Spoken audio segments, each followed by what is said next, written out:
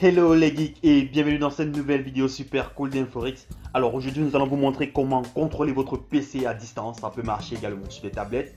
Alors pour cela nous allons utiliser les applications Remote PC qui existent en ligne et gratuitement. Alors avant de commencer, merci de vous abonner à notre page Inforix super cool et laisser un commentaire si vous avez n'importe quelle difficulté. Nous serons là pour vous répondre. On y va, top. Alors tout d'abord, parmi les différentes applications de remote existantes, nous avons bien sûr TeamViewer, la plus célèbre, AnyDesk, Remote PC, Microsoft Remote PC. Nous avons également Splashtop, nous avons VNC Viewer. Alors après une très bonne comparaison, nous avons sélectionné pour vous AnyDesk. Alors pourquoi AnyDesk? Simplement parce que c'est la plus rapide, simplement la plus simple et efficace, qui ne demande pas trop de difficultés ni de casse-tête. Alors, on va pas trop faire une histoire ici, nous allons simplement vous montrer comment installer l'application.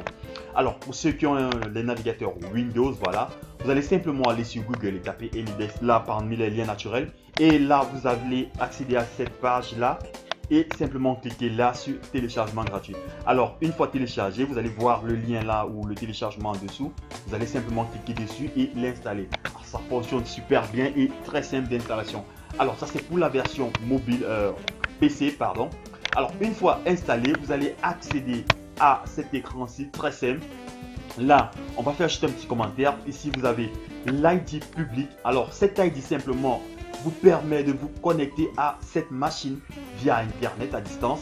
Et pour ceux qui veulent se connecter via un réseau local, ce que nous allons faire tout à l'heure, vous allez simplement mettre ici l'adresse IP de la cible là, qui sera simplement l'adresse IP du réseau local. Bien sûr, il faudra établir un réseau avant. Alors, on va essayer de parcourir les paramètres pour que vous voyez un peu à quoi ça fonctionne. Là, l'application est multilingue. Vous avez la sécurité là pour définir les mots de passe ou toute autre option de sécurité. Alors, pour ne pas rendre le tuto assez long, nous allons traverser cette étape. Alors, on va simplement ici, en deuxième étape, chercher à voir l'ID de notre adresse ou de l'adresse IP, pardon, de notre machine personnelle. Alors, première chose, vous connectez à un Wi-Fi ou alors un réseau personnel connecté à votre téléphone. Ici, ce que nous avons fait, c'est nous avons établi un point d'accès avec notre smartphone qui s'appelle LG G6. Nous nous sommes connectés. Ensuite, le système va vous attribuer une adresse IP, là, que nous allons vous montrer. Pour ceux qui ont Windows 10, vous faites simplement un clic droit là, ouvrez les paramètres réseau Internet. Vous agrandissez là, vous allez sur Ethernet. Alors, pour voir l'adresse est simple. Maintenant, simplement cliquez sur en premier. Voilà. Vous cherchez le périphérique Wi-Fi connecté. Là, nous sommes là. Wi-Fi LG G6. Vous doublez-cliquez simplement. Vous récupérez l'adresse IP et vous cliquez sur Détail.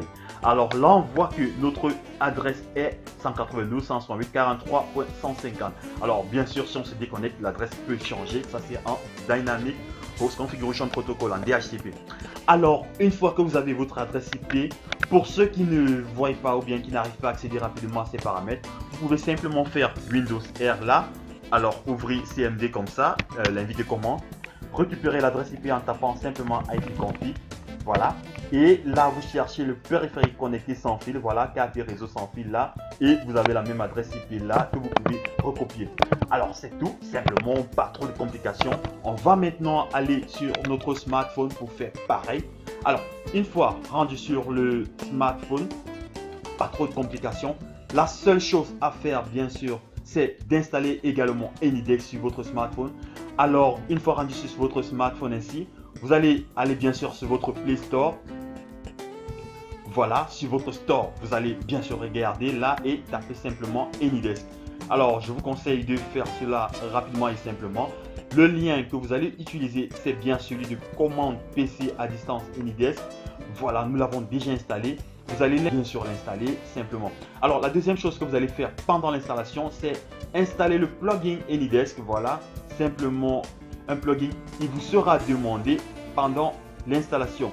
Alors, voilà, ce plugin AnyDesk, vous avez différents plugins. Alors, en fonction de votre smartphone ou de la version de votre Android, un plugin spécifique sera exigé et vous allez simplement l'installer. Alors, par défaut, généralement, il demande ce plugin AnyDesk Control Plugin que nous avons déjà installé là. Voilà. Alors, une fois que vous avez installé AnyDesk et son plugin, la seule chose et simple chose que vous devez faire, c'est bien sûr vous rassurer que votre smartphone soit connecté au même réseau que votre Wi-Fi. Alors, dans notre cas, nous avons ici activé le point d'accès que vous pouvez voir là. On va vous montrer un peu quels sont les différents paramétrages. Alors voilà, c'est bien LGG6 et notre mot de passe, on va bien écouter. Alors, une fois connecté, on peut bien voir là que notre ordinateur est connecté avec l'adresse IP 150 de tout à l'heure. Alors, une fois fait, merci, vous allez maintenant ouvrir l'application Enidex, voilà, simplement là sur votre bureau. Et il va vous demander l'adresse IP de la machine distante. Alors, on remarque déjà une chose. Également, vous avez ici l'adresse IP publique pour vous connecter à votre smartphone. Voilà. Et là, vous avez le lieu où vous pouvez entrer le paramètre ou bien l'adresse que nous avons retenu tout à l'heure de notre machine hôte. On va l'entrer simplement comme ça. Voilà. .43.150. Voilà, pardon.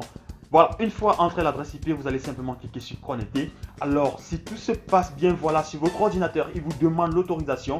Vous allez simplement cliquer sur accepter. Alors, on peut faire en sorte que la session se connecte automatiquement, ça dépend de vous.